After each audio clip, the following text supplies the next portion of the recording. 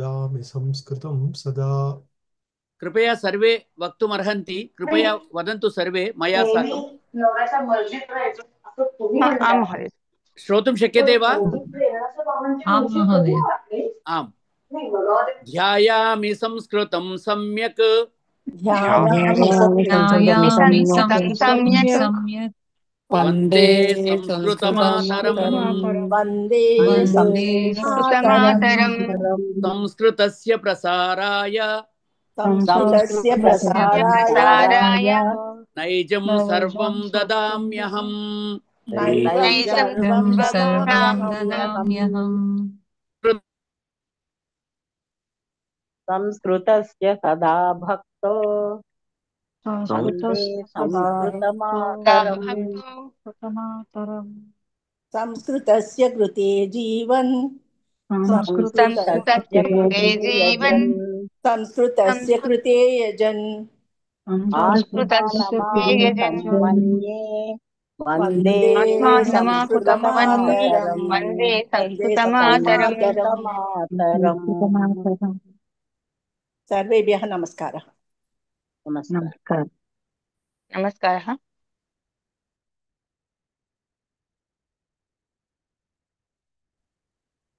नमो नमः। अस्माकम् अद्यतनविषयः भगवद्गीतागतः उपोद्घातभागः समाप्तः। अधुना प्रथमाध्यायस्य विषयः उपस्थापनीयः। शाङ्करभाष्यानुसारं यदा वयं भगवद्गीता तात्पर्यं ज्ञातुं प्रयत्नं कुर्मः तदा स्पष्टं भवति यत् भगवद्गीतानां 700 श्लोकानां तात्पर्यम् अद्वितीय परब्रह्मणि तद्विषयक भक्तौ अस्ति इति। तर्हि भगवद्गीता ग्रन्थः अस्मान् किं बोधयति? तर्हि शङ्कराचार्याः उपोद्घाते यदुक्तवन्तः तद्वयं संक्षेपेण परामृश्य अग्रे गच्छामः।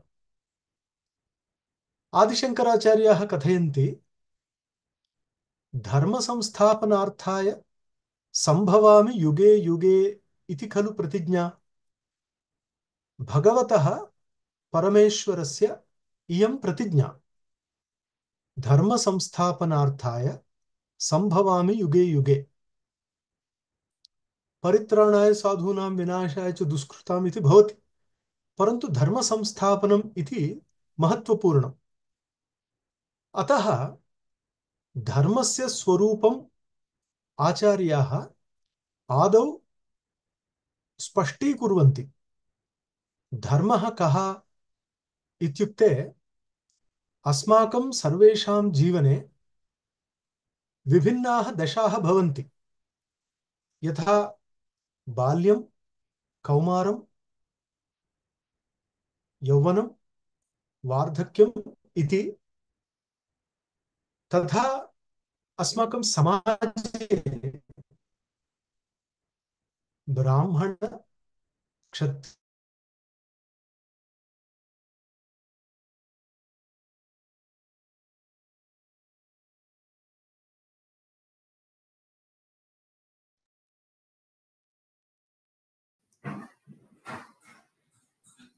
Not audible. न श्रूयते.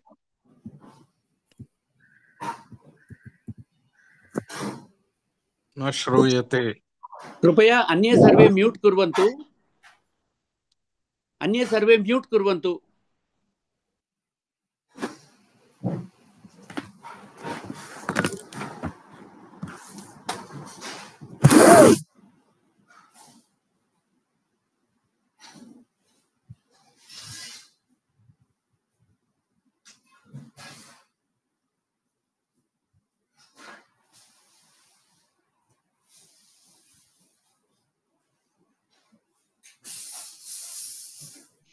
గౌరీశంకర్ గారు మ్యూట్ చేసుకోండి.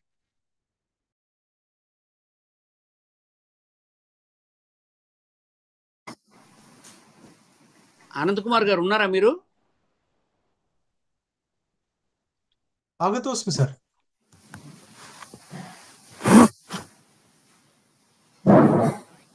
तर्हि चातुर्वर्ण्यम् अर्थात् वर्णचतुष्टयं कस्मात् भवति इत्युक्ते तेषां तेषां गुणानुसारं कर्मानुसारम् इति। अत्र महती चर्चा विद्यते, सा न प्रासङ्गिकी इति इदानीं तद्विषये चर्चां न कुर्मः। इदानीं धर्मः कः इत्युक्ते सर्वस्यापि जीवने तस्य तस्य अवस्थानुसारं, वर्णानुसारम्, आश्रमानुसारं यानि यानि कर्माणि विहितानि तेषाम् आचरणं धर्मः। अत एव धर्मः इत्युक्ते यः प्रजाः धारयते स धर्मः इति स्मृतिवचनं। प्रजाः धारयते इति अस्माकं सर्वेषामपि जीवनधारकतत्त्वम्। इतरशास्त्रेष्वपि जीवनधारकतत्त्वस्य धर्म इति व्यवहारः बहुधा दृश्यते। शुक्लो धर्मः प्रजायते इति योगशास्त्रे तथा कश्चन धर्मो भवति। यतो अभ्युदय निःश्रेयस सिद्धिः स धर्मः इति वैशेषिकसूत्रम्। धर्मः किं करोति? अस्माकं सर्वेषां मानवानाम् अभ्युदयस्य निःश्रेयसस्य च कारणं भवति। अर्थात् यदाश्रित्य वयम् अस्मिन् जन्मनि अभ्युदयं प्राप्तुं शक्नुमः, तदनन्तरं निःश्रेयसम् अपवर्गं मोक्षं वा प्राप्तुं शक्नुमः, सः धर्मः। तर्हि सर्वोऽपि धर्मः कुत्र प्रतिपादितः इत्युक्ते शङ्करभगवत्पादाः कथयन्ति वेदोक्तो धर्मः द्विविधः इति। द्विविधो हि वेदोक्तो धर्मः। कः इत्युक्ते प्रवृत्तिधर्मः निवृत्तिधर्मश्च। पूर्वमीमांसाशास्त्रस्य विषयः प्रवृत्तिधर्मः, वेदान्तशास्त्रस्य विषयः निवृत्तिधर्मः इति साधारणतया विभजनम्। तर्हि प्रवृत्तिधर्मोऽस्ति निवृत्तिधर्मोऽप्यस्ति। अस्मान् कर्मसु प्रेरयति किञ्चन वाक्यम्, अस्मान् कर्मभ्यः निवर्तयति किञ्चन वाक्यम्।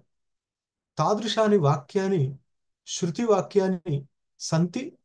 तानि आश्रित्य प्राचीनाः आचार्याः तं तं सम्प्रदायं प्रवर्तयामासुः। अधुना शङ्करभगवत्पादाः कथयन्ति एवं द्विविधः धर्मः वर्तते। एकैकस्य धर्मस्य प्रचाराय भगवान् नारायणः सनक सनन्दन सनत्कुमार सनातन अथवा सनत्सुजातादि ऋषीन् आविर्भाव्य तद्वारा धर्मं विस्तारयामास इति। तथा निवृत्तिधर्मस्यापि सन्ति आचार्याः, यथा शुकदेवः, व्यासमहर्षिः इत्यादयः। तर्हि तैः आचार्यैः सः सः धर्मः तथा तथा जगति प्रसारितः। इदानीं काले अयं विषयः भगवद्गीतासु आगमिष्यति।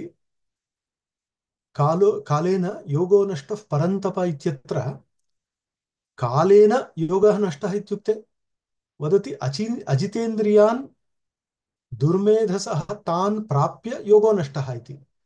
अतः धर्मस्य ह्रासो जातः, अधर्मस्य अभिवृद्धिर्जाता। तेन समाजे अधर्मस्य प्राभवस्य कारणेन यदा वेदोक्तो धर्मः श्रौतः धर्मः कुण्ठितः, तदा भगवान् स्वयं पुनश्च देवक्याम् अंशेन किल संबभूव इति उपोद्घातभाष्ये उक्तम्। अर्थात् भागवते सर्वत्र भवति अंशः इति, अंशावतारः। यद्यपि श्रीकृष्णपरमात्मा पूर्णावतारः इति, तथापि भागवतमतानुसारम् अंशः। तर्हि अंशावताररूपेण देवक्यां संबभूव, आविर्भूतः भगवान् श्रीकृष्णः। सः धर्मस्य उद्धारेण समाजस्थितिः समीचीना भवति, तदर्थं ब्राह्मण्यं रक्षणीयम् इति जानन् ब्राह्मण्यस्य रक्षणार्थं दुष्टशिक्षणं कर्तुं तानि तानि कृत्यानि कृतवान् इति।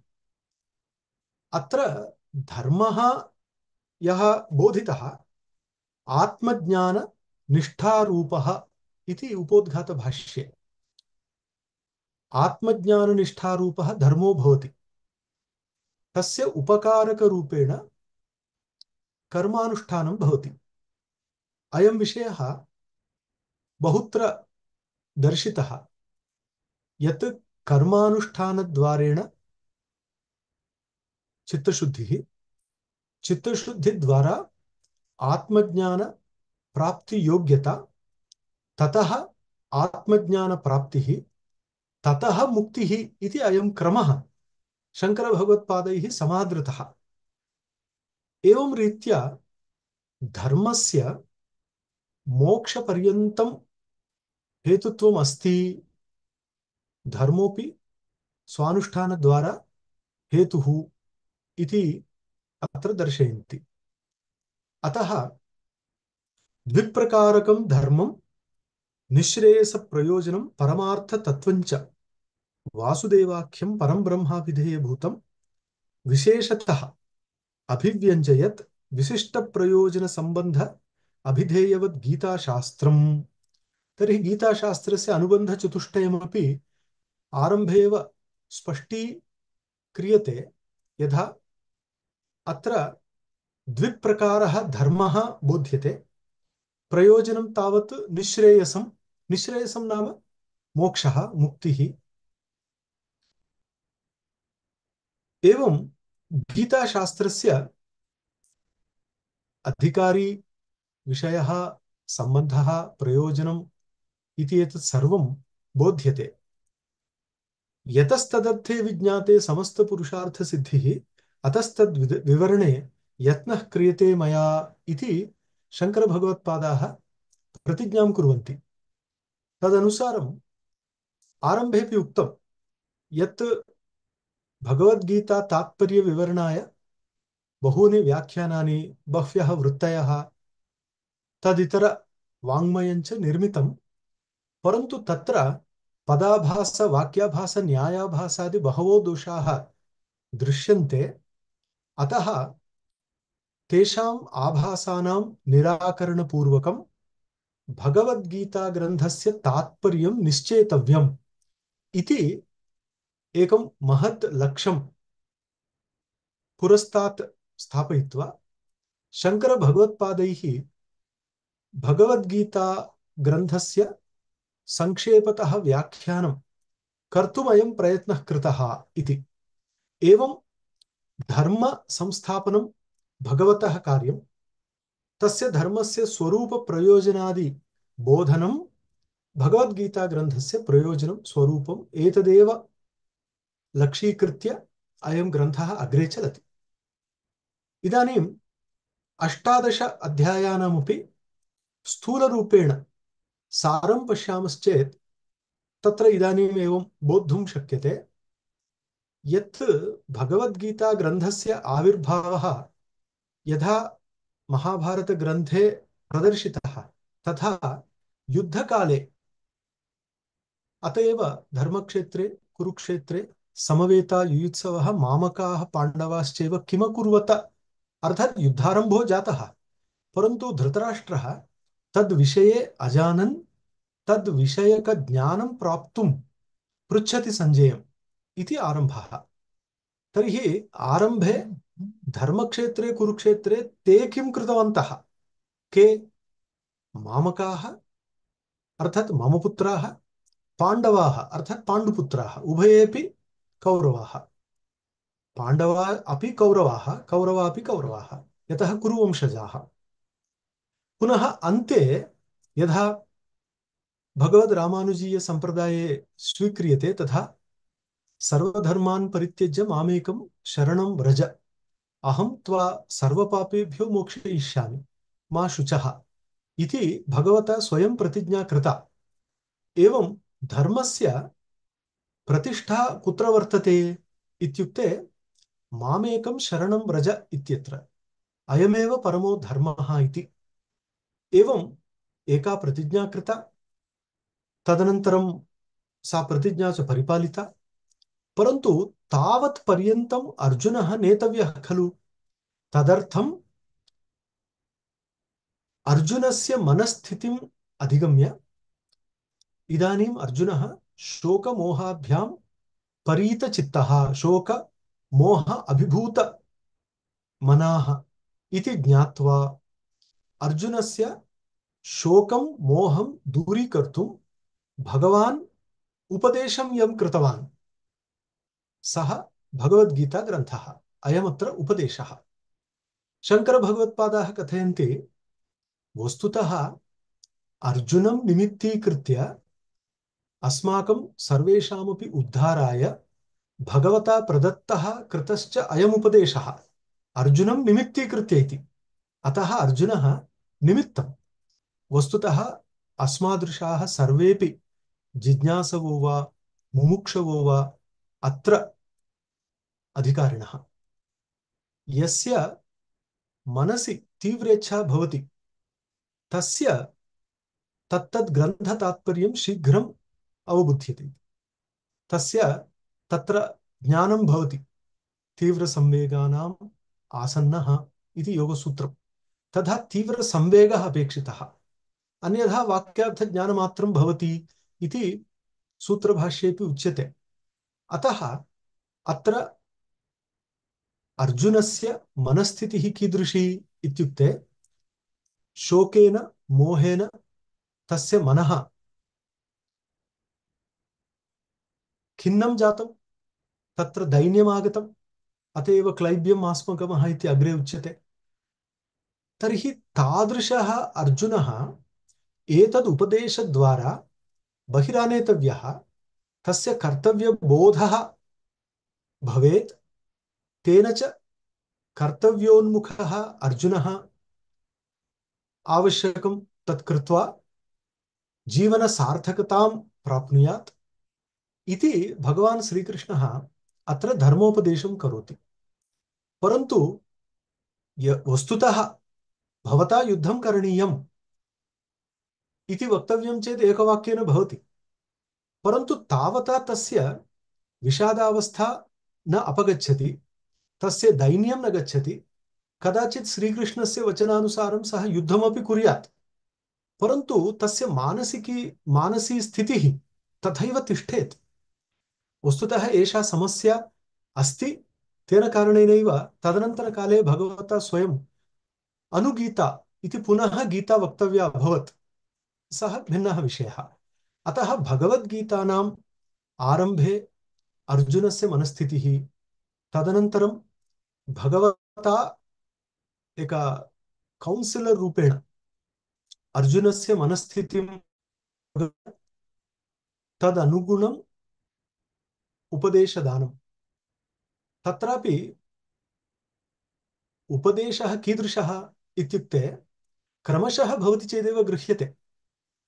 सहसा दीयते चेत् कदाचित् सः उपदेशः तस्य कृते अरुचिकरो वा अजीर्णकरो वा भवेत्। अतः क्रमशः उपदेशो देयः इति 18 अध्यायेषु 700 श्लोकैः बहूनां विषयाणां स्वरूपविमर्शः कृतः। आदौ कर्मस्वरूपं, यतः अत्रैव खलु समस्या जाता। अर्जुनः स्वकर्मणि विमूढः भगवन्तम् उक्तवान् अहं युद्धं न करोमि इति। अत्र मोहः, मोहकारणेन शोको भवति। अतः आदौ कर्मस्वरूपं वक्तव्यमिति कर्मस्वरूपमुक्त्वा किञ्चित् कर्म अस्माकं जन्मना सह आगच्छति, तत्तु भवत्येव।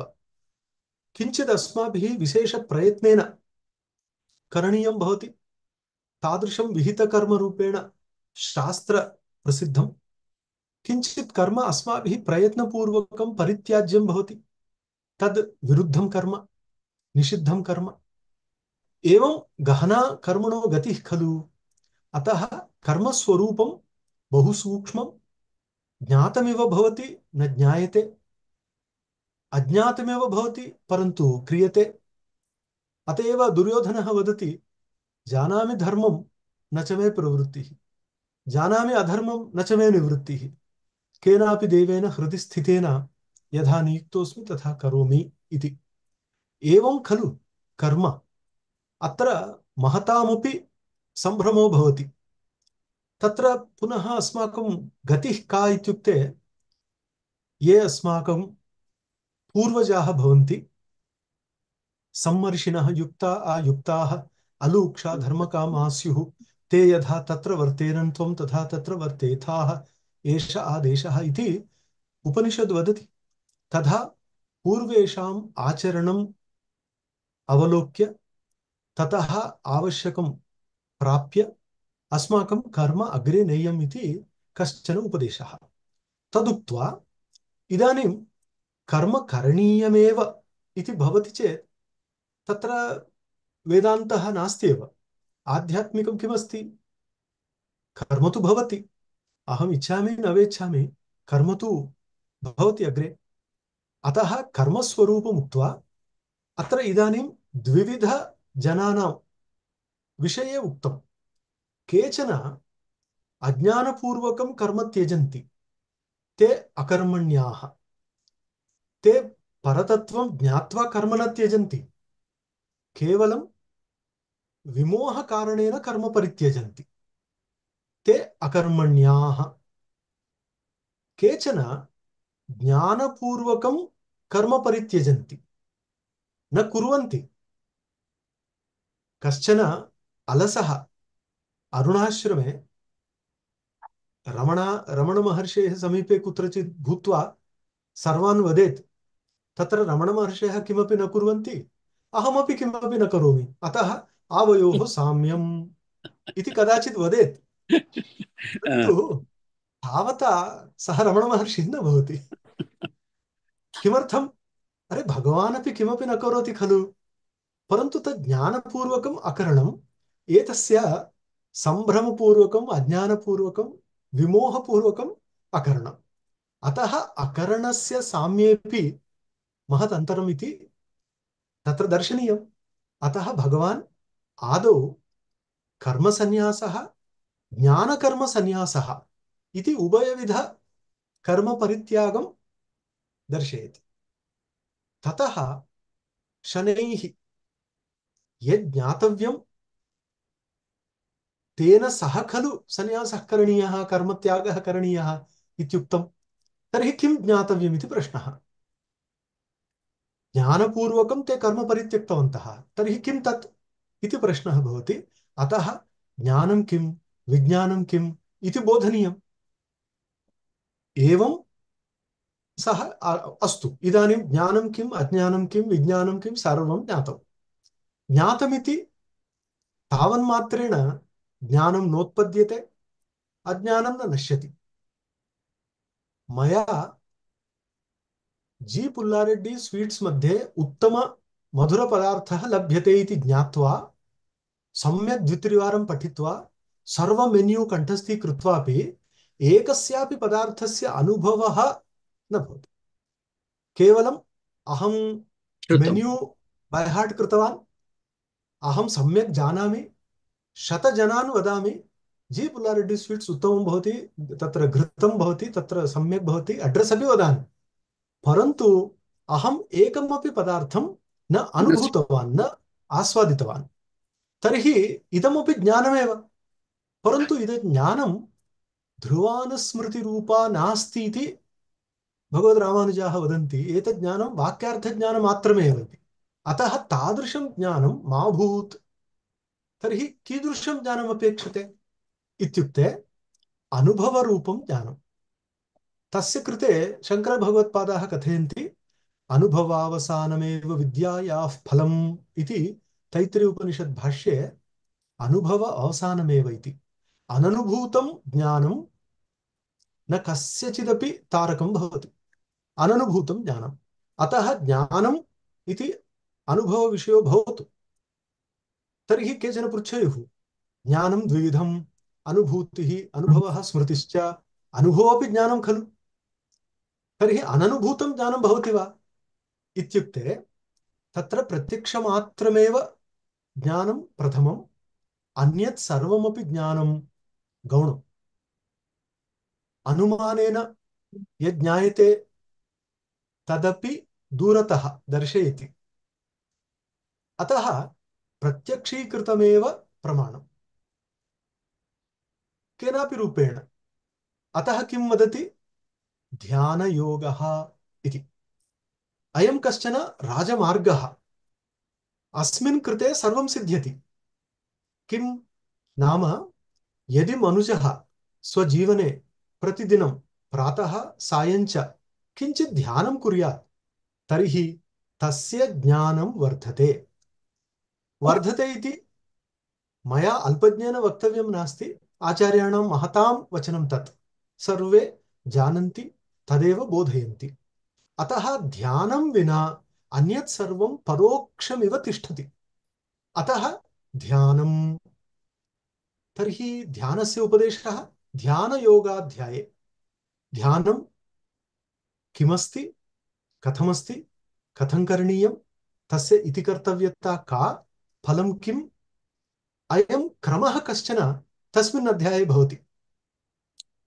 तर्हि विविक्तदेशे उपविश्य आदौ शरीरं ततः इन्द्रियाणि ततः प्राणं ततः मनः इति क्रमशः एकैकं निरुध्य आत्मानमेव ध्यायेत् इति वदति तत्रापि आगच्छति तत्र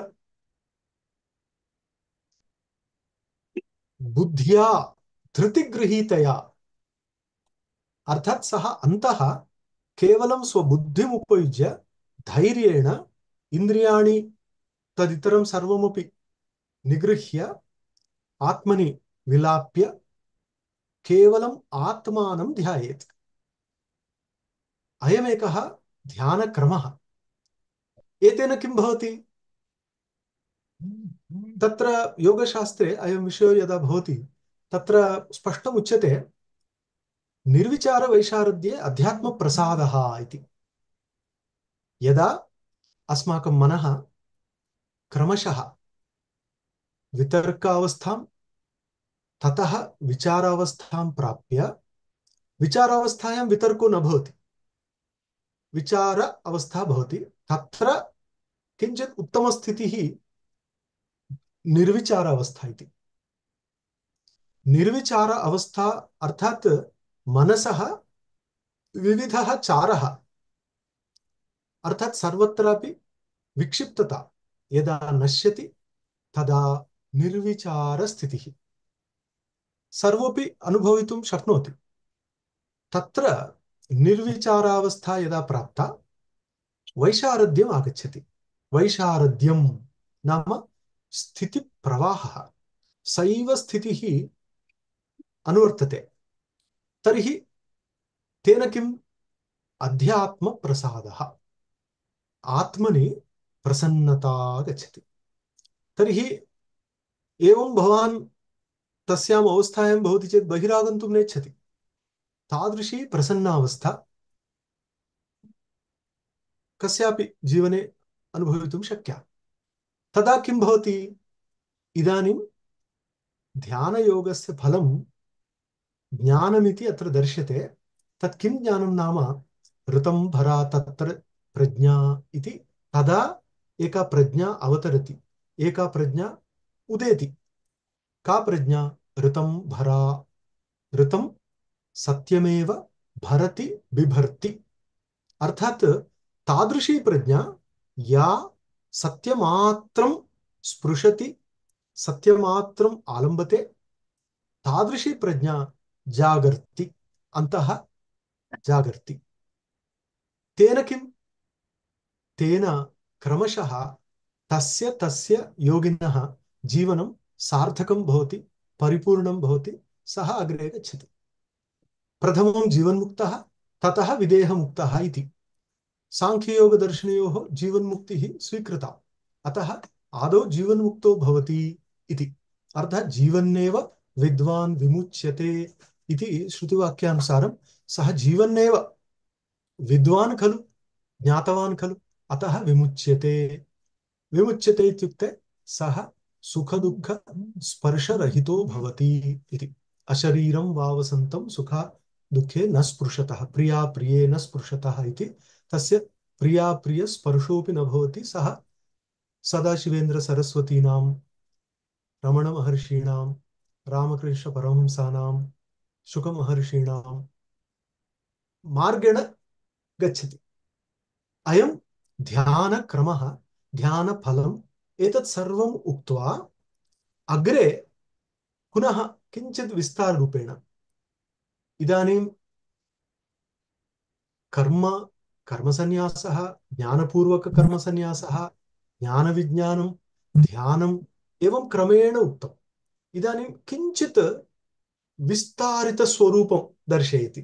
एतावत्पर्यन्तं साधकस्य दृष्ट्या, इदानीं साध्यस्य दृष्ट्या किञ्चित् विस्फारयति। तत्र भगवतः स्वरूप स्पर्शो भवति। इदानीं तत् कृत्वा सः, भवन्तः यदा जानन्ति तथा क्रमेण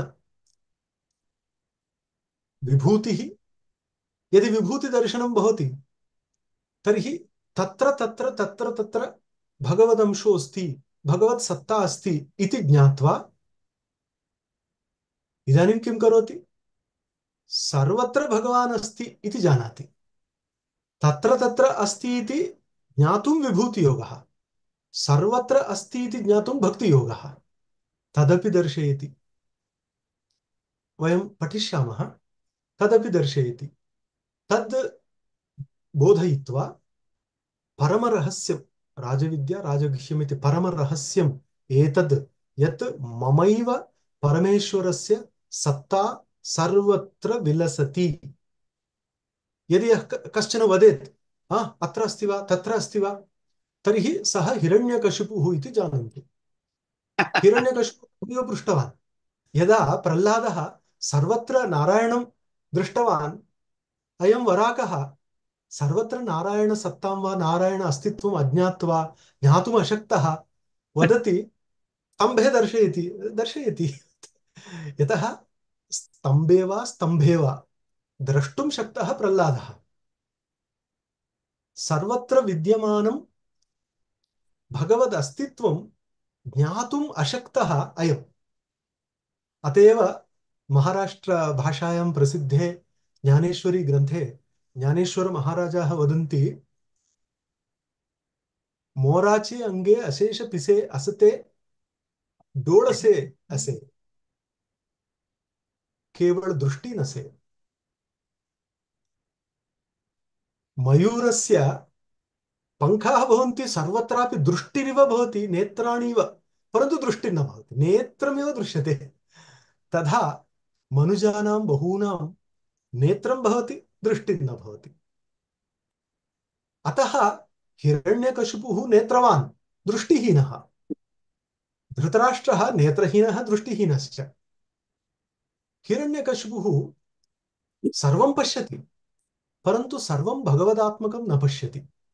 अतः सा भक्तिः कीदृशी इति दर्शयितुं तावत्पर्यन्तम् अर्जुनं नयति। तदानीं सहसा, वस्तुतः ममैव रूपमिदं, मम प्रकृतिः अष्टधा भवति, ततः जीवोऽपि ममैव प्रकृतिः, क्षरमिति अक्षरमिति, क्षरः सर्वाणि भूतानि, कूटस्थः अक्षरम् इत्युक्त्वा एतावदेव नास्ति। सांख्यैः उच्यते व्यक्ताव्यक्तज्ञ विज्ञानान्ति। तर्हि व्यक्तम् अव्यक्तमिति तत्रैव यदि भवन्तः तिष्ठन्ति तर्हि पुरुषार्थो न भवेत्, निःश्रेयसं न भवेत् इति कारणेन अग्रे क्षरम् अक्षरम् अक्षरादपि उत्तमः पुरुषस्त्वन्यः परमात्मेति उदाहृतः इति परमात्मतत्त्वं निदर्शयति।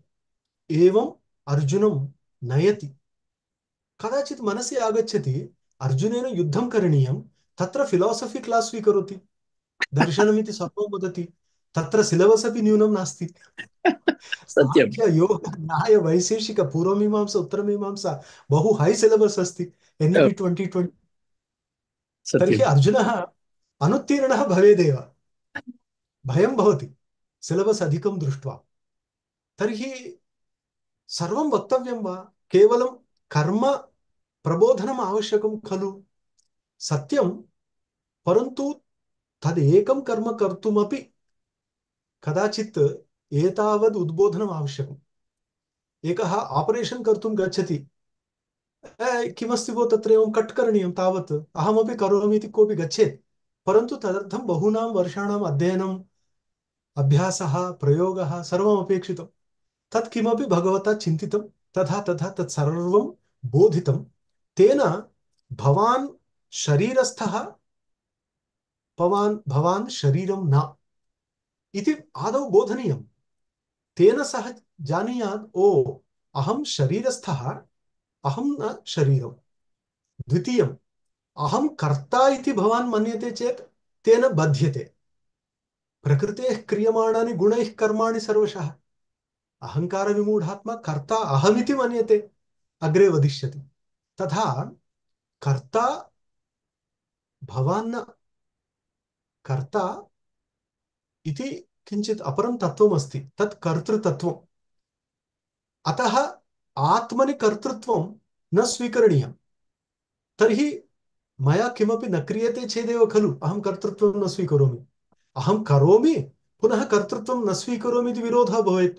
अतः अर्जुनमुद्दिश्य वदति, एतदेव परमं गुह्यम्, एतदेव यत् परमार्थतत्त्वं किम् अस्ति इति ज्ञायते चेत् स्वयमेव जानाति अहं कर्ता नास्मि इति।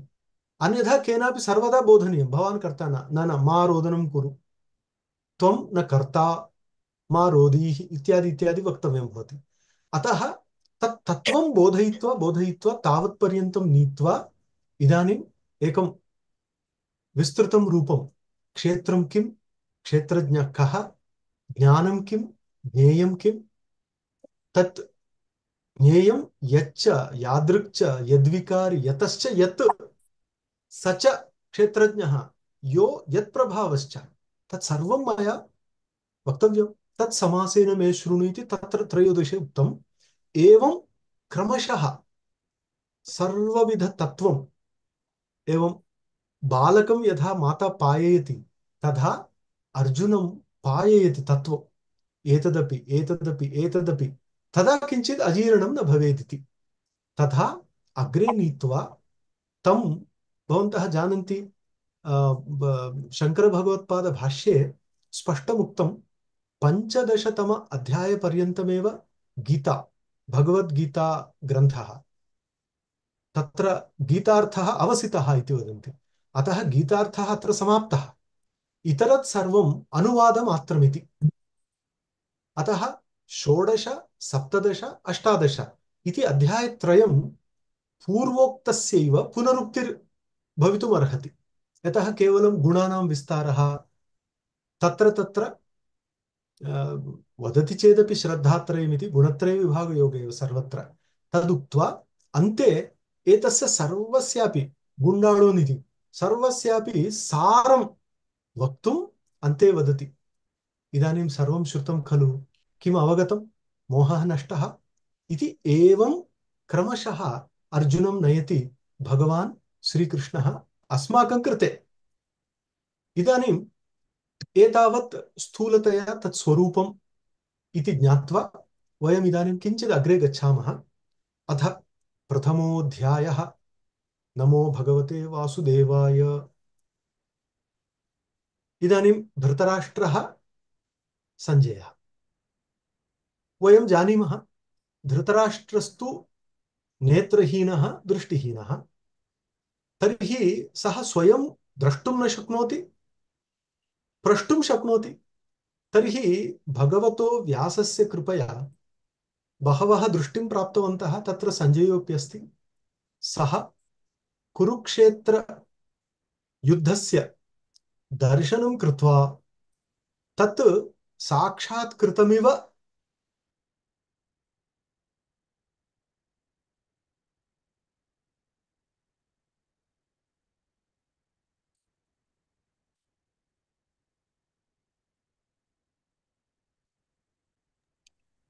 न शृणोमि महोदय।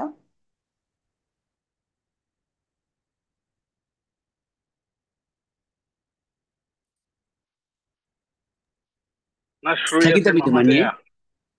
स्थगितमिति मन्ये। स्थगितमस्ति, न श्रूयते। युयुत्सुः इत्युक्ते युद्धं कर्तुम् इच्छुः। युयुत्सवः इत्युक्ते मामकाः पाण्डवाः इति बहुवचनम्, अतः एते सर्वेपि युद्धं कर्तुम् इच्छया समागताः। किमकुर्वत, किं कृतवन्तः इति प्रश्नः।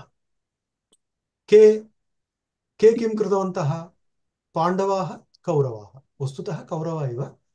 मामकाः इत्युक्ते मम पुत्राः, पाण्डवाः इत्युक्ते पाण्डुपुत्राः। कुत्र कुत्र समागताः इत्युक्ते धर्मक्षेत्रे कुरुक्षेत्रे। अस्मिन् विषये एका कथा वर्तते यत् इन्दोर् महाराज्ञी या अहल्याबाई होल्कर् इति श्रूयते आसीत्। महोदय। श्रूयते? आं महोदय। हा, सा पृष्टवती इति कमपि पण्डितं किञ्चित् भगवद्गीताग्रन्थं श्रावयतु इति सः आरब्धवान्, परन्तु प्रथमश्लोकं श्रुत्वा सा उक्तवती इति स्थगयतु, मास्तु अग्रे इति। तर्हि सः भीतः पृष्टवान्, तदा सा उक्तवती इति सम्पूर्णस्य गीताग्रन्थस्य सारः एकेन वाक्येनैव प्रथमं प्रदत्तः। किं वाक्यं? धर्मक्षेत्रे कुरुक्षेत्रे तया किम् अवगतं? क्षेत्रे क्षेत्रे धर्मं कुरु इति। अतः सर्वस्यापि कर्तव्यं नाम किं? क्षेत्रे क्षेत्रे अर्थात् यस्मिन् कस्मिन्नपि क्षेत्रे वयं भवामः तत्र अस्माकं धर्मं वयम् आचरामः, तावदेव इति सा अवगतवती। तस्याः विषये बहु शृणुमः, काशीगतदेवालयानां पुनरुद्धरणं महत्कार्यं तया कृतमिति। तर्हि तादृशम् एतत्। इदानीं किञ्चित् वयं योजयित्वा पश्यामश्चेत् धर्मक्षेत्रं किं, कुरुक्षेत्रं किम् इत्युक्ते भवन्तः किञ्चित् स्मरन्तु। त्रयोदशाध्यायस्य आरम्भे इदं शरीरं कौन्तेय क्षेत्रमित्यभिधीयते इत्युक्तम्।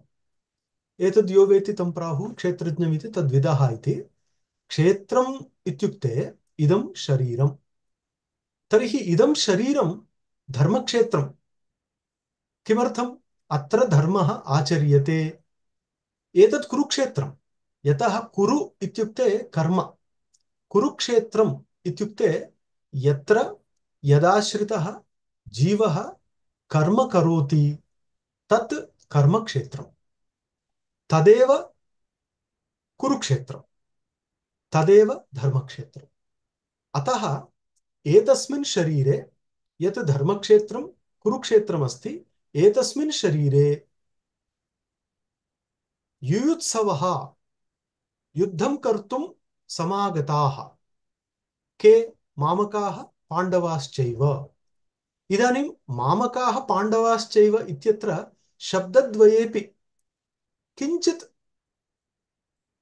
अधिकम् अवगन्तव्यम्। किमित्युक्ते मम इति शब्दात् मामक शब्दः भवति। मम इति ममकारः। अतः मामकाः इत्युक्ते ममकारोद्भवाः एकस्मिन् पक्षे। पाण्डवाः इत्युक्ते पाण्डु, पाण्डर, पाण्डुर, शुक्ल, शुभ्र, अर्जुन, सर्वेषां शब्दानाम् एक एव अर्थः, शुद्ध, शुभ्र, शुक्ल। पाण्डवाः इत्युक्ते शुद्धाः, मामकाः इत्युक्ते मलिनाः। अस्मासु उभयविधाः भवन्ति। काः? वासनाः। तासामेव परस्पर युद्धं भवति। कुत्र? कुरुक्षेत्रे, धर्मक्षेत्रे, अस्मिन् शरीरे। अतः एवं धृतराष्ट्रः पृच्छति, एवं दुर्वासनाः शुभवासनाः परस्परम् अत्रैव सम्मिलिताः, परस्परं विरुध्यन्ते, परस्परं कलहायन्ते, परस्परं युध्यन्ति। इदानीं तत्र किं जातम् इति सञ्जयं पृच्छति। समित्येकीभावे इति निरुक्तं।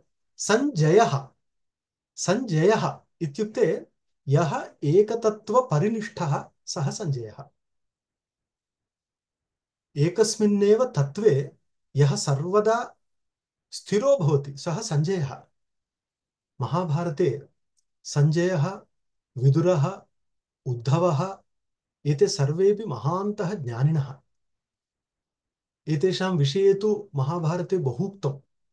तत्र एकः सञ्जयः, अत एव भगवतो व्यासस्य कृपाबलेन सः दृष्टिं प्राप्तवान्।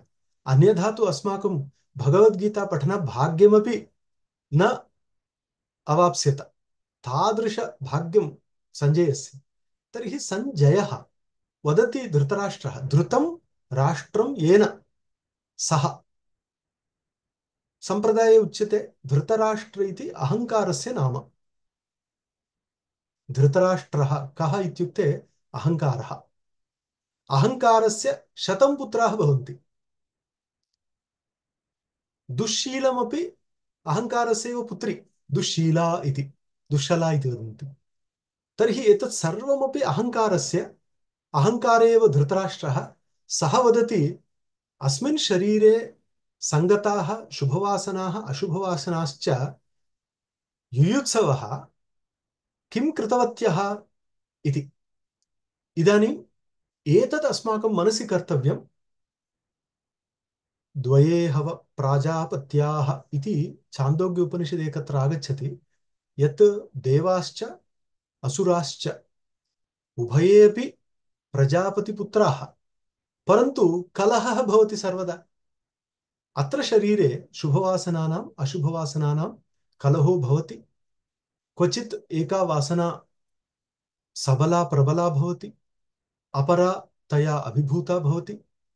अस्मिन् प्रसङ्गे यदि परमेश्वरस्य कृपा न भवति, अस्माकं ज्ञानं न भवति, तर्हि अस्माकं मोहवशात् वयं विपरीतम् आचरेम। तेन अस्माकं हानिर्भवेत्। अतः यथार्थं किं, तत्त्वं किम् इति ज्ञातव्यं। स्वयं न ज्ञायते चेत् केनापि बोद्धव्यम्।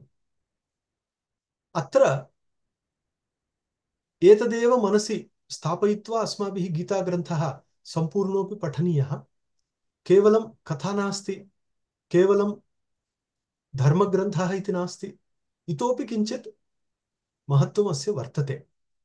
तदा सञ्जय उवाच, सञ्जयः उक्तवान्, दृष्ट्वा तु पाण्डवानीकं व्यूढं दुर्योधनस्तदा आचार्यमुपसङ्गम्य राजा वचनमब्रवीत्। राजा दुर्योधनः वचनम् अब्रवीत्। अब्रवीत् उक्तवान्। कथं कदा इति सर्वं। किं कृत्वा? दृष्ट्वा। किं दृष्ट्वा? पाण्डवानीकम्। आनीकमिति सैन्यं। पाण्डवानां सैन्यं दृष्ट्वा। कीदृशं सैन्यं? व्यूढम्। अग्रे आगमिष्यति केन व्यूढमिति। व्यूढं रचितं। कः? राजा दुर्योधनः। तर्हि मिलित्वा राजा दुर्योधनः व्यूढं पाण्डवानां सैन्यं दृष्ट्वा इति एका क्रिया। उत्तरक्रिया का इत्युक्ते आचार्यम् उपसङ्गम्य, आचार्यस्य समीपं गत्वा, द्रोणाचार्य समीपं गत्वा इदम् उक्तवान्। किम् उक्तवान्? पश्यैतां पाण्डुपुत्राणाम् आचार्य महतीं चमूं व्यूढां द्रुपदपुत्रेण तव शिष्येण धीमता इति। इदानीं दुर्योधनः द्रोणाचार्यसमीपं गत्वा वदति, पश्य इति आचार्यमुद्दिश्य। प्राचीनकाले एवं युष्मच्छब्दप्रयोगोऽपि भवति स्म। तत्र तत्र दृश्यते। पश्य किम् एताम्। एतामिति अदसानिर्देशः पुरोवर्तिनी वर्तिनीं सेनां दर्शयन् सः वदति खलु। अतः एतां पश्य, एतां पाण्डुपुत्राणाम् आचार्य इति सम्बोधनं। द्रोणाचार्यस्य सम्बोधनं। हे आचार्य, एतां महतीं चमूं पश्य। चमू नाम सैन्यं। महतीं चमूं नाम महत् सैन्यं पश्य। अत्र किञ्चित् चमत्कारः वदति, पश्यैतां पाण्डुपुत्राणाम् आचार्य महतीं चमूम् इति पृथक् क्रियते चेत् पाण्डुपुत्राणां महतीं चमूं पश्य इति अन्वयः। अत्र चमत्कारः पाण्डुपुत्राणाम् आचार्य इति अन्वयः क्रियते चेत् दुर्योधनः जानाति द्रोणस्य सर्वदा पक्षपातः। पूर्वमपि महाभारते तादृशः प्रसङ्गः दृष्टः। अतः सः जानाति द्रोणाचार्यः सर्वदा पाण्डवपक्षपाती। अतः तदेव किञ्चित् व्यङ्ग्यरूपेण वदति, पाण्डुपुत्राणाम् आचार्य महतीं चमूं। कीदृशी चमू? व्यूढां द्रुपदपुत्रेण दृष्टद्युम्नेन तव शिष्येण। अत्रापि किञ्चित् पिञ्चिङ्ग् अस्ति। अर्थात् द्रोणाचार्यं वक्तुमिच्छति, तव प्रियपाण्डवानां सेना, तत्रापि तव शिष्येण धीमता द्रुपदपुत्रेण व्यूढा। इदानीम् उभयत्रापि तवैव दोषः इव किञ्चित् पिञ्च् करोति। तथा सः पिञ्चति, वदति, एवं पाण्डुपुत्राणाम् आचार्य तव शिष्येण रचितां सेनां पश्य। अत्र इति कुरुक्षेत्रे शूराः महेश्वासाः भीमार्जुनसमाः युयुधानो इति सर्वान् वदति। युयुधानो विराटश्च द्रुपदश्च महारथः इति वदति। अत्र कुरुक्षेत्रे युद्धार्थम् आगतेषु के सन्ति, कीदृशाः सन्ति? महेश्वासाः, महान् इश्वासः इति, महा इश्वासः इत्युक्त्वा महेश्वासाः इति। अर्थात् धानुष्काः, महान्तः धनुर्विद्या निपुणाः, येषां धनुः महदस्ति, तादृशाः वीराः। भीमार्जुन समा युधि। कीदृशाः? युधि नाम युद्धे। भीमार्जुन समाः। एकैकः पाण्डवानां सैन्ये तादृशः अस्ति, एकैकः भीमसेन समः, अर्थात् भीमसेन समान वीर्यः। अर्जुन समानः, अर्जुनोपि महान् शूरः, तत्समः। एवम् अत्र महान्तः वीराः सन्ति, एकैकः अपि भीमसेनेन समः, अर्जुनेन समः। कानिचन नामानि इदानीं वदति। कानि तानि नामानि इत्युक्ते युयुधानो विराटश्च इति। आदौ तावत् युयुधानः इति। युयुधानः इति एकं विशेषणं।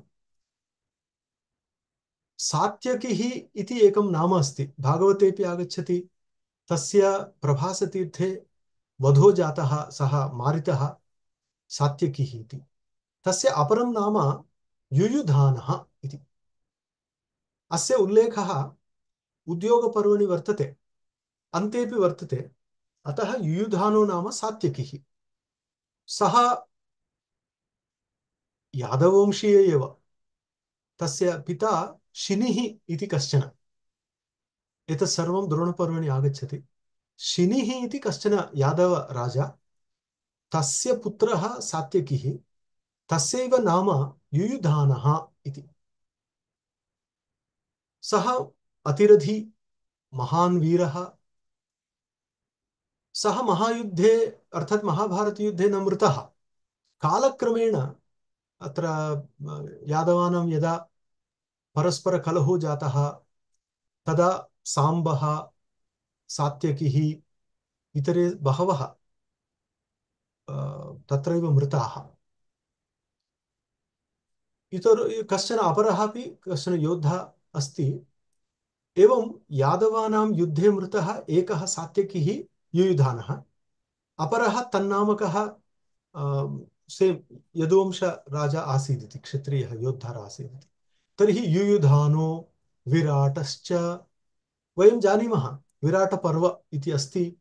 अनन्तरं विराट राज्ये एव पाण्डवानाम् अज्ञातवासः आसीदिति, नर्तनशाला निर्माणम् इत्यादि सर्वं वयं पश्यामः, शृणुमः, पठामः। तादृशः विराटः मत्स्यदेशस्य राजा। वयं जानीमः एकवर्षं तावत् पाण्डवाः तस्यैव राज्ये आसन् इति। सः विराट राजा, एतस्य पुत्री उत्तरा, पुनः तत्सर्वमपि अपरस्मिन् प्रसङ्गे भवति। सः विराटः। अनन्तरं तस्यापि वधः महाभारते एव जातः। महाभारते सः तस्य पुत्रत्रयेण सह मारितः। तस्य त्रयः पुत्राः आसन्, सर्वैः सह सः मारितः इति एका कथा। पुनः द्रुपदश्च महारथः इति। द्रुपदः वयं जानीमः पाञ्चालदेशराजा। सः तस्य पुत्री द्रौपदी, एतां कथां वयं जानीमः। द्रुपदश्च महारथः। पुनः धृष्टकेतुः। धृष्टकेतुः इति एकः राजा। सः शिशुपालस्य पुत्रः। शिशुपालः चेदि कामरूप चेदि राज्यस्य राजा। तस्य शिशुपालस्य पुत्रः धृष्टकेतुः।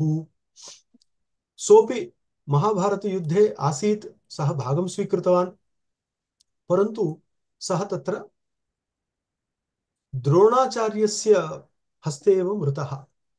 सः धृष्टकेतुः। पुनः चेकितानः। चेकितानः इति एकस्य यादवराजस्य नाम। चेकितानः इति यादवराजा। सः महारथः। अनन्तरं सोपि सेनापत्यम् ऊढवान्। तस्य वधं कः कृतवान्? दुर्योधनः कृतवान्। द्रोणाचार्यः धृष्टकेतुं मारितवान्, दुर्योधनः चेकितानं मारितवान् इति तत्र वर्णनं। तादृशः चेकितानः। काशीराजश्च ज्ञायते, काशी इत्यस्य राजा, सोपि महारथी, सोपि तत्रैव गतः। पुरुजित् कुन्तिभोजश्च इति। इदानीं द्वयोः वर्णनं। पुरुजित् कुन्तिभोजश्च शैब्यश्च नरपुङ्गवः इति।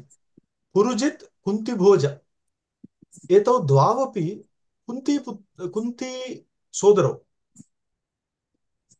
कुन्ती वयं जानीमः पाण्डवानां माता, तस्याः सोदरौ पुरुजित् कुन्तिभोजः इति। एतयोरपि वधः द्रोणाचार्येणैव कृतः इति। तादृशौ द्वौ। शैब्यश्च नरपुङ्गवः। एतस्य विशेषणं पश्यन्तु। शैब्यः इति युधिष्ठिरस्यैव बान्धवः, श्वशुरः इति। तस्य वधं, तस्य नरपुङ्गवः इति विशेषणं। तादृशः महान्, यतः सः तादृशयुद्धानि कृतवान्, जितवान् इत्यादि वर्णनं दृश्यते। सः शैब्यश्च नरपुङ्गवः। युधामन्युः उत्तमौजाः इति द्वयोरपि अत्र युधामन्युश्च उत्तमौजाश्च इति द्वयोरपि नामोल्लेखः। युधामन्युः तस्य विशेषणं विक्रान्तः, उत्तमौजाः इति तस्य भ्राता, तस्य विशेषणं वीर्यवान् इति। एतौ द्वावपि पाञ्चालदेशस्य राजकुमारौ। एतेषामपि वर्णनं द्रोणपर्वणि अस्ति। अतः एतौ द्वौ भ्रातरौ, युधामन्युश्च उत्तमौजाश्च इति। इदानीं सौभद्रो द्रौपदेयाश्च सर्व एव महारथाः इति। इदानीं अभिमन्युविषये तु वयं जानीमः, सौभद्रः सुभद्रापुत्रः, पुनः द्रौपदेयाश्च अर्थात् द्रौपद्याः पाण्डवानां पुत्राः। द्रौपदेयाः इत्युक्ते द्रौपदी पुत्राः पञ्च। एतेषामपि वर्णनं महाभारते अस्ति। अश्वत्थामा एतान् मारितवान् इत्यपि कथां वयं जानीमः। अश्वत्थामा मारितवान् इति। तत्र सुतसोमा श्रुतकर्मा इति एवं पञ्च भवन्ति। एते द्रौपदेयाः। एते सर्वेपि महारथाः, सर्व एव महारथाः। अस्माकं शास्त्रे महारथः कः भवति इत्युक्ते, शास्त्रे उच्यते एकः 10,000 योधयेत्। एकः एव 10,000 योधयेत्, तादृशः बाहुबली। सः शास्त्रप्रवीणः, तादृश एव महारथः महारथी इति भवति इति। तर्हि सर्वे एव महारथाः इति वदति। अर्थात् पाण्डवानां पक्षे एवं कालक्षेपार्थं युद्धं द्रष्टुं नागताः, ते सर्वेपि प्राप्तानुभवाः, महान्तः शूराः वीराः तादृशाः। अत एव सर्वे एव महारथाः इति वदति। इदानीम् अस्माकं तु इति किञ्चित् इदानीं तस्य ग्लानिः। किमर्थम् इत्युक्ते, भवान् तत्र अधिकं मनः करोति, पाण्डवानां पक्षे एव अधिकं शुभं भवतु इति चिन्तयति। इदानीं भवतः पुरतः एतावद् उक्त्वा किं फलं? तथापि मया प्रोटोकाल् अनुसरणीयम्। अतः वदामि, अस्माकं तु विशिष्टा ये, तेषां पक्षे सर्वेपि विशिष्टाः। अस्माकं पक्षे कांश्चन विशिष्टान् अहं वदामि। विशिष्टा ये तान् निबोध द्विजोत्तमा। हे राजन्, इदानीम् अस्माकं पक्षे ये विशिष्टाः सन्ति तेषां विषये किञ्चित् अहं वक्तुम् इच्छामि। तान् निबोध। निबोध इत्युक्ते जानीहि, मध्यमपुरुष लोट्लकारः, अवगच्छ इति अर्थः। इदानीं वदति, नायका मम सैन्यस्य ये विशिष्टाः नायकाः नेतारः, तान् संज्ञार्थं ब्रवीमि ते। तान् अहं ब्रवीमि, अर्थात् तेषां विषये अहं वदामि। ते तव कृते तत् निबोध, शृणु, अवगच्छ इति कः वदति? एवं दुर्योधनः द्रोणाचार्यं वदति। किं वदति पश्यतु। तत्र आदौ तावत् यः पुरस्ताद् वर्तते स एव श्रेष्ठः, नो चेत् सः युद्धमेव नारभेत। अतः वदति भवान्। इतः गणनां कुर्मः। भवान् नाम द्रोणाचार्यः, भीष्मश्च भीष्माचार्यः, कर्णश्च वयं जानीमः कर्णः, कृपश्च कृपः। कृपः कीदृशः? समितिञ्जयः। समितिञ्जयः इति महाभारते बहुधा आगच्छति। समितिः इति अत्र तु युद्धमिति।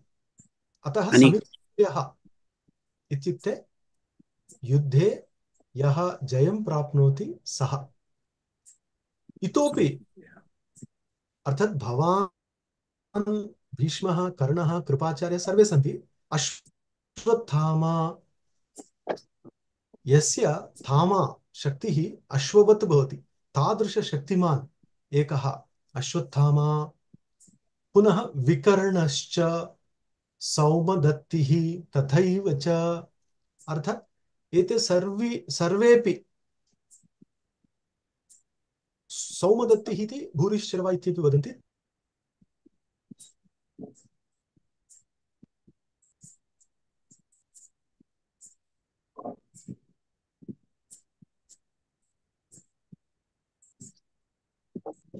ఆడియో పోయింది మహోదయ.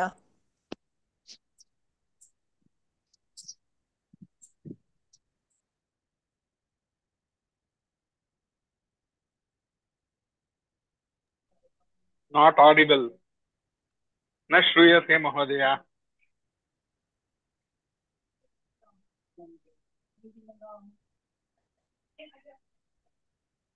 न श्रूयते. किमपि न श्रूयते महोदय.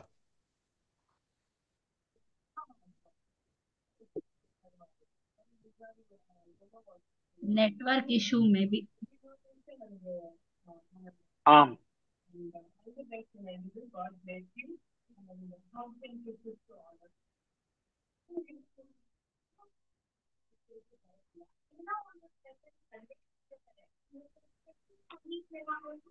नेटवर्क प्रॉब्लम भवेत्.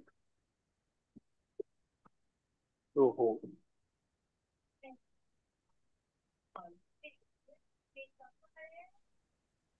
क्षम्यतां, तत्र पुनः विघ्नो जातः. इदानीं विकर्णः विकर्णः कः इत्युक्ते यथा महाभारते वर्णितं तथा धृतराष्ट्र एकस्य पुत्रस्य नाम इति विकर्णः. परन्तु आश्चर्यं नाम सः महान् धार्मिकः इति सर्वेपि कौरवाः दुर्जनाः इति न दृश्यते. एवम् एकः विकर्णः. पुनः सौमदत्तिः इत्युक्तं खलु, अर्थात् सोमदत्तस्य पुत्रः सौमदत्तिः. सः तस्य अपरं नाम भूरिश्रवाः इति सः. एवम् एते सर्वेपि सन्ति. अन्ये च बहवः शूरा मदर्थे त्यक्तजीविताः इति.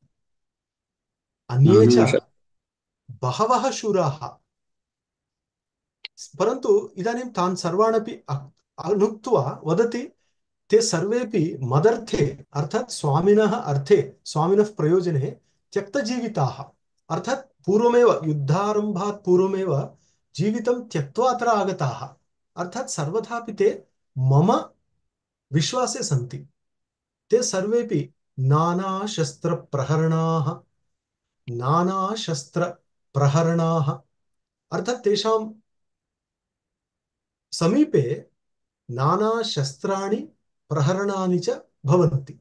नानाशस्त्रप्रहरणाः एते सर्वेपि युद्धविशारदाः अर्थात् युद्धे निपुणाः. सर्वेपि शस्त्रास्त्राणि धृत्वा युद्धार्थम् आगताः, मदर्थे त्यक्तजीविताः, सर्वेपि महान्तः वीराः, सर्वे युद्धविशारदाः. अतः अहम् एतेषु अधिकं विश्वसिमि. वस्तुतः सः एतद् वक्तुम् इच्छति, मम भवदपेक्षया एतेषु महान् विश्वासः. किमर्थम् इत्युक्ते एते मदर्थं त्यक्तजीविताः. भवतः विषये द्रोणाचार्यस्य विषये पश्यामश्चेत् तस्य तु पाण्डुपुत्राणाम् आचार्य इति तु उक्तमेव. एवम् अपर्याप्तं तदस्माकं बलं भीष्माभिरक्षितं, पर्याप्तं त्विदमेतेषां बलं भीमाभिरक्षितम्. इदानीं सेनाद्वयम्, एतद् बलं नाम सैन्यम्, एतद् बलं नाम सैन्यम्. वस्तुतः पूर्वकाले बलमित्येव सैन्यस्य व्यवहारः, चतुरङ्गबलम् इत्येव. तर्हि तत्र बलं भवति. वदति इदानीम् अपर्याप्तं तद् अस्माकं बलम् अपर्याप्तम्. अस्माकं बलम् अपर्याप्तम्. अपर्याप्तं नाम एकः अर्थः अधिकं, बहु अधिकम्. अपरः अर्थः न पर्याप्तम् इति, अर्थात् न क्षमम्. अयमपि अर्थः. एकत्र तावत् अस्माकं बलं बहु वर्तते इति दर्शयितुं, पुनः तत्रैव तस्य शङ्का, एतत् पर्याप्तं नास्ति, अपर्याप्तं न पर्याप्तं. किं तत् बलं भीष्म अभिरक्षितं. भीष्मेण सेनाध्यक्षेण अभिरक्षितम् एतदस्माकं बलम् अपर्याप्तं. परन्तु भीम अभिरक्षितं बलं पाण्डवानां पक्षे तद् बलं पर्याप्तम् अस्मान् विजेतुं पर्याप्तं समर्थं क्षमं तदपि तस्य मनसि स्पन्दत इति कारणेन तस्य मुखात् आगच्छत्येव सः वदति अस्माकं तु महती सेना परन्तु एतेषां बलस्य पुरतः अस्माकम् एतावती सेनापि पर्याप्ता न भवति न भवति इति इति सत्यम्। अयनेषु च सर्वेषु यथा भागमवस्थिताः किमर्थम् इत्युक्ते तत्र व्यूहाः भवन्ति तत्र यथा पद्मव्यूहं वयं जानीमः तादृशव्यूहाः भवन्ति व्यूहः इत्युक्ते सैन्यरचना तर्हि तत्र तत्र तत्तद्व्यूहानुसारं ते ते स्वस्थाने अवस्थिताः इति ते सर्वेपि तथा तथा तत्र भवन्ति परन्तु अयनेषु च सर्वेषु यथा भागम् अवस्थिताः अस्माकं पक्षस्य नेता तावत् भीष्मः भीष्मः अतः भीष्ममेव अभिरक्ष अभिरक्षन्तु इति द्रोणं वदति यतः क्रमेण अपरे भविष्यन्ति सेनाध्यक्षाः परन्तु इदानीं तावत् भीष्माचार्याः सन्ति अतः भीष्ममेव अभिरक्षन्तु भवन्तः सर्व एव हि भवन्तः इति द्रोणाचार्य प्रभृतीनां सम्बोधनं द्रोणाचार्यः कृपाचार्यः कर्णः विकर्णः एवम् अश्वत्थामा सर्वैः किं करणीयं भीष्मस्य रक्षणं करणीयम् इति कथम् अयनेषु च सर्वेषु यथा भागम् अवस्थितैः भवद्भिः भीष्मः संरक्षणीयः इति प्रथमां सूचनां ददाति तदा इदानीं किञ्चित् वामप् भवति तस्य सञ्जनयन् हर्षं यतः इदानीं पितामहः प्रहृष्टः भीष्माचार्यः प्रहृष्टः किमर्थं दुर्योधनः उक्तवान् स्वयं यत् सर्वैः भीष्मः रक्षणीयः इति तर्हि तस्यापि आनन्दो जातः सः कुरु वृद्धः पितामहः तेषां पितामहः कुरुषु वृद्धः जीवन् वर्तते सः भीष्माचार्यः तस्य दुर्योधनस्य हर्षम् आनन्दातिरेकं सञ्जनयन् उत्पादयन् किं कृतवान् सिंहनादं विनद्योच्चैः शङ्खं दध्मौ प्रतापवान् पितामहः भीष्माचार्यः दुर्योधनस्य तादृशं हर्षं सञ्जनयन् प्रथमं किं कृतवान् सिंहनादं कृतवान्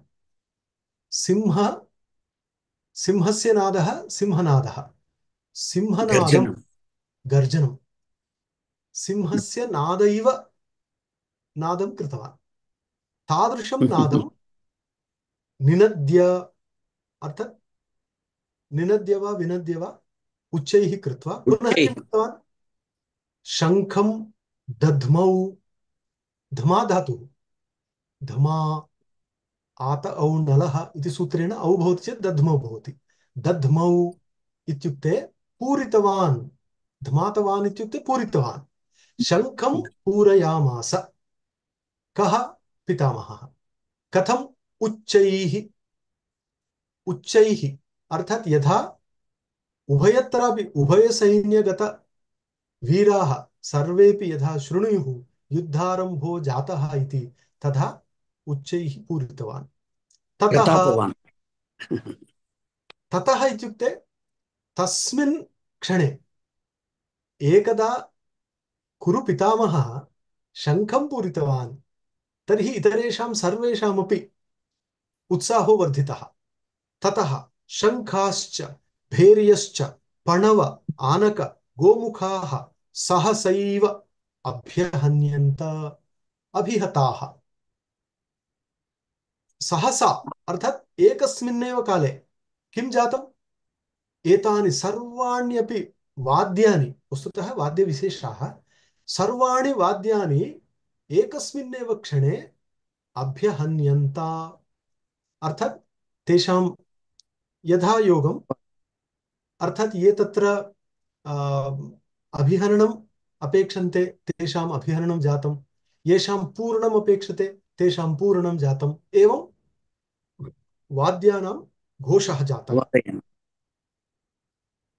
के शङ्खाश्च, परन्तु शङ्खानाम् अभिघातो न भवति, अतः किं वक्तव्यं? शङ्खाः पूरिताः। पणव, आनक, गोमुख, आनक इति एक चर्म वाद्य विशेषः, आनकदुन्दुभिः इति दुन्दुभिरिव वाद्यस्य नाम अपि, तादृशवाद्यविशेषः अपि नादितः। भेरी, भेरीनादः कृतः।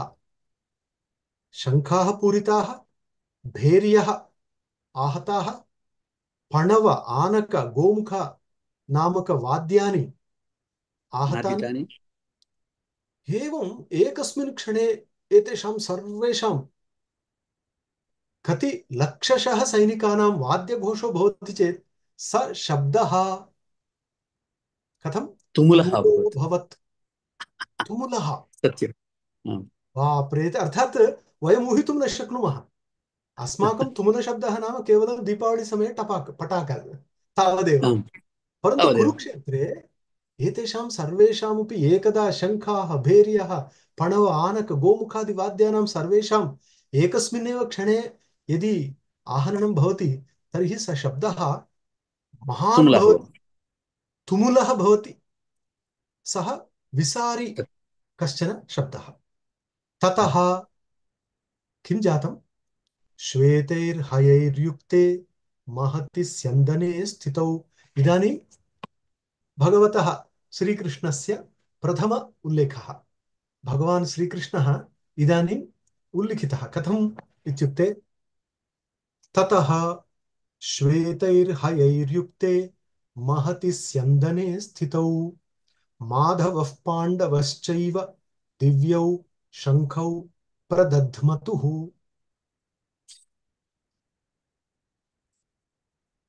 माधवः श्रीकृष्णः, पाण्डवः अर्जुनः, एवं द्वौ। पूर्वमुक्तौ दिव्यौ अस्माकं शरीरे शुभवासनाः पाण्डवाः, अशुभवासनाः कौरवाः, कौरवाः। धार्तराष्ट्राः इत्युक्तम्। इदानीं तत्र पाण्डवः इति वस्तुतः जातिरत्नमिव, पाण्डवेषु रत्नमिव, अतः पाण्डवशब्देन अर्जुन एव गृह्यते। पाण्डवः अर्जुनः, अत्र सः जीवः। अत्र पाण्डवः इत्युक्ते जीव एव, अतः सः पाण्डवः नाम जीवः। माधवः इत्युक्ते मा इत्युक्ते लक्ष्मीः, मायाः धवः इत्युक्ते साक्षात् महाविष्णुः अथवा श्रीकृष्णः सः। इदानीं शरीरे वासनाः सन्ति, जीवः अत्रैव भवति, जीवात्मा इति। अत्रैव परमात्मा अपि अस्ति। एकं स्यन्दनं, कीदृशं स्यन्दनं? श्वेतैर्हयैर्युक्ते महति स्यन्दने स्थितौ इत्थं खलु। अतः श्वेतहयाः। वस्तुतः कठोपनिषदि एकः मन्त्रः वर्तते, इन्द्रियाणि हयानाहुः इति। इन्द्रियाणि हयाः। श्वेतहयैः नाम निगृहीतानि इन्द्रियाणि। तादृश इन्द्रियाणि यत्र भवन्ति तत्र बुद्धिः शुभ्रा भवति। तदेव स्यन्दनम्। आत्मानं रथिनं विद्धि शरीरं रथमेव च इन्द्रियाणि हयानाहुः मनः प्रग्रह एव च इति कश्चन मन्त्रः। तर्हि रथः इत्युक्ते शरीरं, रथी अर्थात् यः रथं चालयति सः कः? आत्मा। अश्वाहके इन्द्रियाणि, लगामिति वदामः, खलीनं, प्रग्रहम्। प्रग्रहः, खलीनमिति। तत् किम् इत्युक्ते मनः। तर्हि वयं जीवाः एतत् रथम् एतं रथं वयं नयामः, इन्द्रियाणि शरीररथं नयन्ति, परन्तु मनः इति प्रग्रहं धृत्वा वयं यदि एतस्य सम्यक् नयनं कुर्मः तर्हि अस्माकं गतिः साधीयसी भवति इति शास्त्रम्। अतः अत्र श्वेतैः हयैर्युक्ते महति स्यन्दने स्थितौ। वस्तुतः अत्र जीवात्मा अस्ति, परमात्मा अपि अस्ति वा इति शङ्का न करणीया, यतः परमात्मनः अभावः कुत्रापि नास्ति, सर्वत्र परमात्मा अस्ति। अत एव ईश्वरः सर्वभूतानां हृद्देशे अर्जुन तिष्ठति इति अन्ते वदति। अतः ईश्वरः सर्वेषां प्राणिनां हृदयदेशे अस्ति। हृदयदेशे अस्ति इत्येव स्वीकृत्य सर्वत्र उच्यते गुहां प्रविष्टाम् आत्मानौ हि तद्दर्शनात् इति ब्रह्मसूत्रे। गुहा इत्युक्ते भाष्ये उच्यते बुद्धिरिति।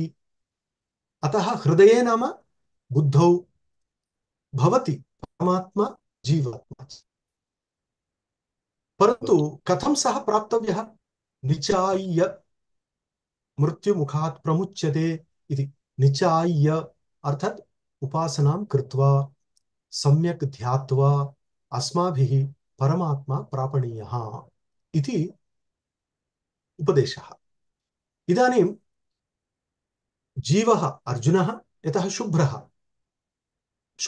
इति कथं जीवः शुभ्रः इत्युक्ते सपर्यगात् शुक्रमकायम् अवर्णम् अस्नाविरघुं शुद्धम् अपापविद्धं कविर्मनीषी परिभूः स्वयंभूः याधादध्यतो व्यदधात् शाश्वतीभ्यः समाभ्यः इति आगच्छति ईशावास्योपनिषदि। तर्हि जीवः सर्वदा शुद्ध इत्येव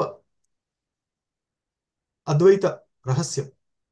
जीवः कदापि पापी नास्ति, कर्ता नास्ति, भोक्ता नास्ति, सः शुद्धः इति। तादृशः अर्जुनः, अतएव अर्जुनः इति शब्दः।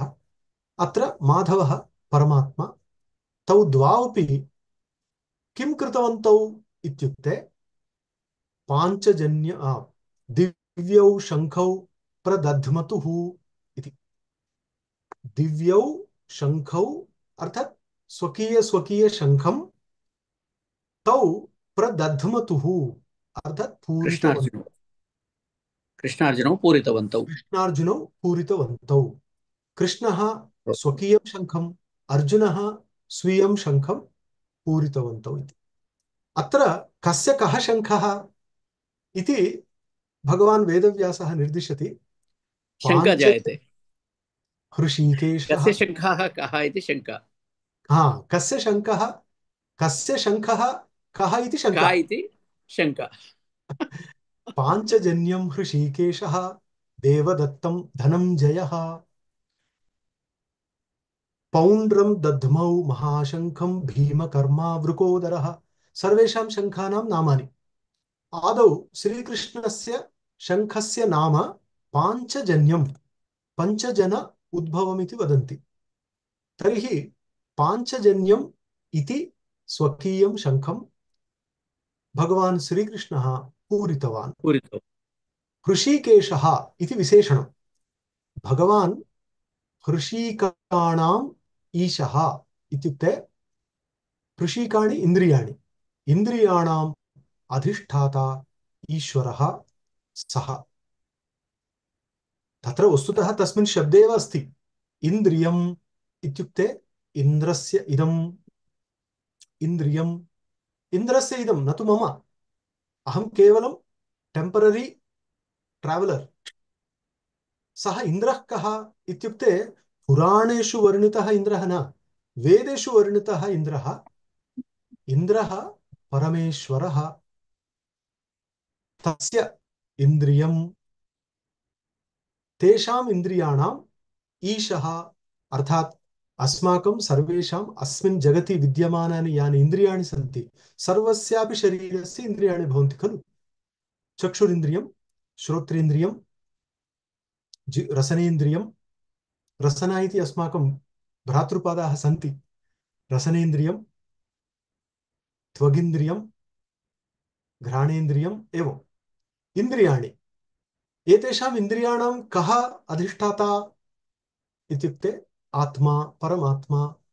हृषीकाणाम् ईशः हृषीकेशः। देवदत्तं, देवैः दत्तं शङ्खं कः पूरितवान्? धनञ्जयः। धनं जयति इति धनञ्जयः अर्जुनः। सः महान् वीरः इति कारणेन राज्यानि जित्वा धनं जयति। पुनः पौण्ड्रं, पौण्ड्र इति भीमसेनस्य शङ्खस्य नाम। पौण्ड्रं दध्मौ, महाशङ्खं, यतः सः तादृशः, अतः तस्य शङ्खोऽपि तादृशः। कः? भीमकर्मा। भीम इत्युक्ते भयङ्करः इति अर्थः। भी इति भयं, मह इति अत्र अस्य अस्ति इत्यर्थे। रः प्रत्ययो भवति, मह प्रत्ययो भवति। यथा धीः अस्य अस्ति, धीरः। भीः अस्य अस्ति, भीरुः। भीम अर्थात् भयानकं, भयजनकं किं कर्म। भीम कर्म यस्य अस्ति सः भीमकर्मा। दीर्घो भवति। अत्र पाणिनीयं सूत्रमपि अस्ति, धर्माद् अनिच् केवलात् इति। अनिच् अन्यत्रापि गच्छति चेत् कर्मा, धर्मा इति दीर्घो भवति। सः वृकोदरः, वृकस्य उदरमिव उदरं यस्य सः, बहुव्रीहिः, अर्थात् महाशनः, परन्तु महापाप्मा नास्ति, तादृशः भीमसेनः। अनन्तविजयं राजा कुन्तीपुत्रो युधिष्ठिरः। युधिष्ठिरः अनन्तविजयनामकं स्वकीयं शङ्खं पूरितवान्। कः? युधिष्ठिरः। युधि स्थिरः, युधिष्ठिरः शत्वं भवति। युधि नाम युद्धे। युद्धे यः भयं विना, कंपं विना सर्वदा स्थिरो भूत्वा युध्यति सः युधिष्ठिरः। गवियुधिभ्यां स्थिर इति शत्वम् इति शास्त्रम्। तर्हि तत्र सः कुन्तीपुत्रः अनन्तविजयनामकं शङ्खं पूरितवान्। नकुलः सहदेवश्च सुघोषमणिपुष्पकौ। यथाक्रमं नकुलः सुघोषनामकं शङ्खं पूरितवान्, सहदेवः मणिपुष्पकनामकं शङ्खं पूरितवान्। काश्यश्च परमेश्वासः शिखण्डी च महारथः धृष्टद्युम्नो विराटश्च सात्यकिश्च अपराजितः द्रुपदो द्रौपदेयाश्च सर्वशः पृथिवीपते सौभद्रश्च महाबाहुः शङ्खान् दध्मुः पृथक् पृथक्। वदति पृथक् पृथक्, सेपरेट्ली, अर्थात् एकः अत्र शङ्खं, सः अन्यत्र शङ्खम्, एवं स्वकीयं स्वकीयं शङ्खं पूरितवन्तः। एतेषां नामानि दत्तानि। काश्यः, परमेश्वासः, शिखण्डी महारथः, धृष्टद्युम्नः, विराटः, सात्यकिः, द्रुपदः, द्रौपदेयाः, सौभद्रः, अभिमन्युः। एते सर्वेपि स्वान् शङ्खान् पूरितवन्तः। इदानीम् एतेषां वर्णनं कृत्वा सघोषो, अर्थात् शङ्खानां पूरणेन जातः सः घोषः धार्तराष्ट्राणां, धृतराष्ट्रपुत्राणां किं वा धृतराष्ट्रियाणां, धार्तराष्ट्राणां नाम केवलं पुत्रा एव न, तदीयानां सर्वेषां हृदयानि किं कृतवन्तः? सघोषः किं कृतवान्? व्यदारयत्, विदीर्णानि, तेषां हृदयानि विदीर्णानि कृतवान्। अर्थात् तं घोषं श्रुत्वा सर्वेषां हृदयानि भग्नानि। नभश्च पृथिवीं चैव तुमुलः व्यनुनादयन्, व्यनुनादयन् व्यदारयत् इति अन्वयः। तर्हि पूर्वं किं?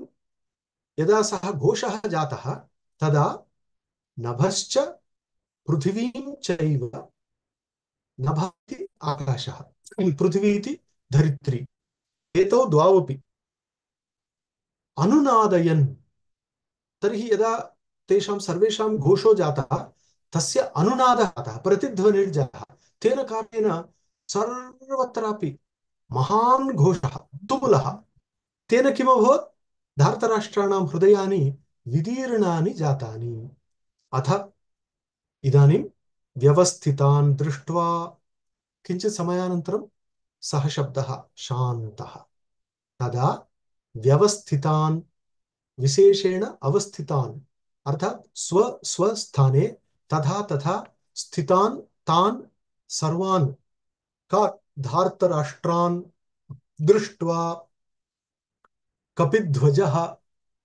कपिः ध्वजे यस्य सः अर्जुनः सः प्रवृत्ते शस्त्रसम्पाते एते सर्वेपि शस्त्रसम्पातं कर्तुं समुद्युक्ताः शस्त्रसम्पातः इत्युक्ते शस्त्राणां सम्पातः सम्यक् पातः केवलं पातः नास्ति वस्तुतः अत्र तु उज्जासनं मारणमेव परन्तु शस्त्रसम्पातः इति रूढशब्दः इदानीं शस्त्रसम्पातः प्रवृत्तः तदा धनुरुद्यम्य स्वकीयं गाण्डीवम् इति खलु धनुः उद्यम्य अर्थात् उन्नीय कः पाण्डवः अर्जुनः ऋषिकेशं तदा वाक्यम् इदमाह महीपते महीपते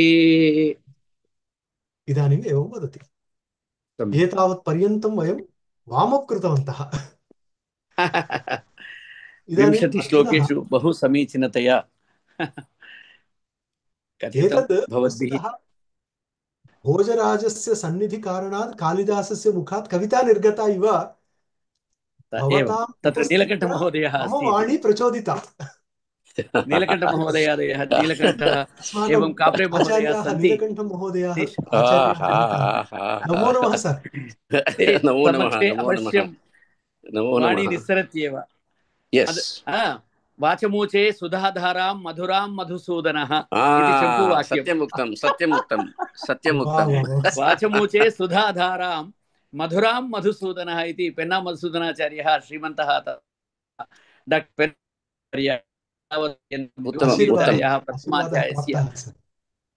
प्रथमाध्यायस्य 20 श्लोकानेव स्पृष्ट्वा माकीं सार्धघण्टापर्यन्तम् अथवा घण्टाद्वयं आम् व्याख्यानं कृतवन्तः समीचीनतया उद्बोधितवन्तः अस्मान् बहु नूतनान् विषयान् कथितवन्तः यत् मया तु अद्यैव ज्ञातम् अश्वत्थामा विकर्णः एवं अन्ये बहवः यथा युधिष्ठिरः भवति इति एतान् विषयान् वयं सर्वे समीचीनतया ज्ञातवन्तः एवं कर्मसन्न्यासविषये अलसानां ज्ञानसन्न्यासिनां विषये अपि बहून् विषयान् ज्ञातवन्तः अज्ञानिभिः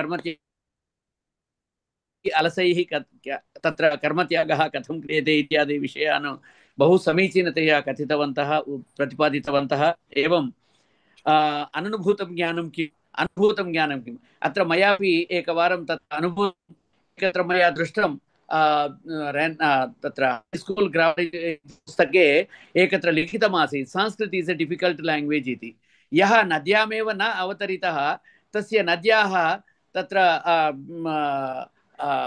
किं तत् मापनं कथं भवति सः कथं वक्तुं शक्नोति नदी गभीरा अस्ति अत्र नदी गभीरा इति कः वक्तुं शक्नोति यः संस्कृते परिश्रमं करोति तेनैव वक्तव्यं Sanskrit is a difficult language इति मया प्रश्नः अपि कृतः इदानीं तु तत्र पुस्तकमेव नास्ति पुस्तके तद् वाक्यमपि लुप्तम् इदानीं न दृश्यते तथा मूर्खाः अज्ञात्वा के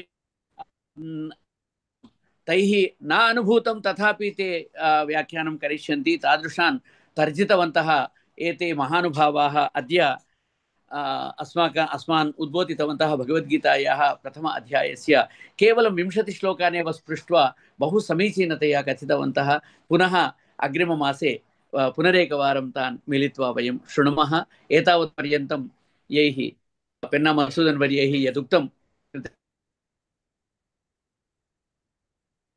समयः यदि कोऽपि विद्वान् प्रश्नं कर्तुम् इच्छति चेत् अद्य बहवः जनाः चतुःपञ्चाशत् जनाः आगताः मध्ये, इदानीं तावन्तः न सन्ति, किन्तु मध्ये 40-50 जनाः तत्र आगत्य श्रुतवन्तः। एतत् रिकार्ड् इति वक्तुं शक्यते, विक्रमः एव। इदानीम् अहं श्रीमन्तं नीलकण्ठं महोदयं अग्रे सरतु। उत्तमम् उत्तमम्। एवं पुनः शनिवासरे समयः अतीतः इदानीं। सर एकं वक्तव्यं, प्रथमाध्यायस्य शाङ्करभाष्यं नास्ति इति कारणेन अत्र मधुसूदन भाष्यं श्रुतं। पुनः अग्रे वयं कुर्मः, द्वितीयाध्यायस्य पुनः भाष्यं पठामः। यथा रङ्गिसत्यनारायण मधुक्षरन्ति सिन्धवः, यथा रङ्गिसत्यनारायण सिन्धवः मधुमुखात् वयं श्रुतवन्तः।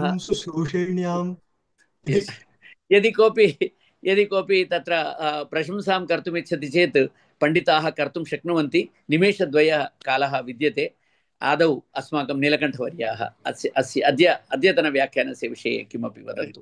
किं वा वदामः। इदानीं तु अस्माकं कृते यथा भवता उक्तं रङ्गिसत्यनारायण मित्रेण, इदानीम् एकैकस्य पदस्य डिक्षनरी द्रष्टव्यस्यापि आवश्यकता नास्ति। तथा एकैकस्य पदस्य व्युत्पत्तिः एवं विस्तृतरूपेण कृतं व्याख्यातं मधुसूदनपण्डितेन। अत्र भवता कदाचित् ज्ञातं स्यात्, अनेन विपश्चिता ज्ञानेश्वरी इत्यस्याः 900 श्लोकैः अनुवादः कृतः। 900 तस्यापि उल्लेखः मध्ये एकवारं तस्य ग्रन्थस्य उल्लेखोऽपि तेन कृतम्। इदानीम् अध्ययनं कुर्वन् अस्मि अहं। साधु समयः अतीतः। इदानीं वयं समापयामः शान्तिमन्त्रेण। धन्यवादः। पुनरेकवारं धन्यवादान् वितीर्य समापयामः।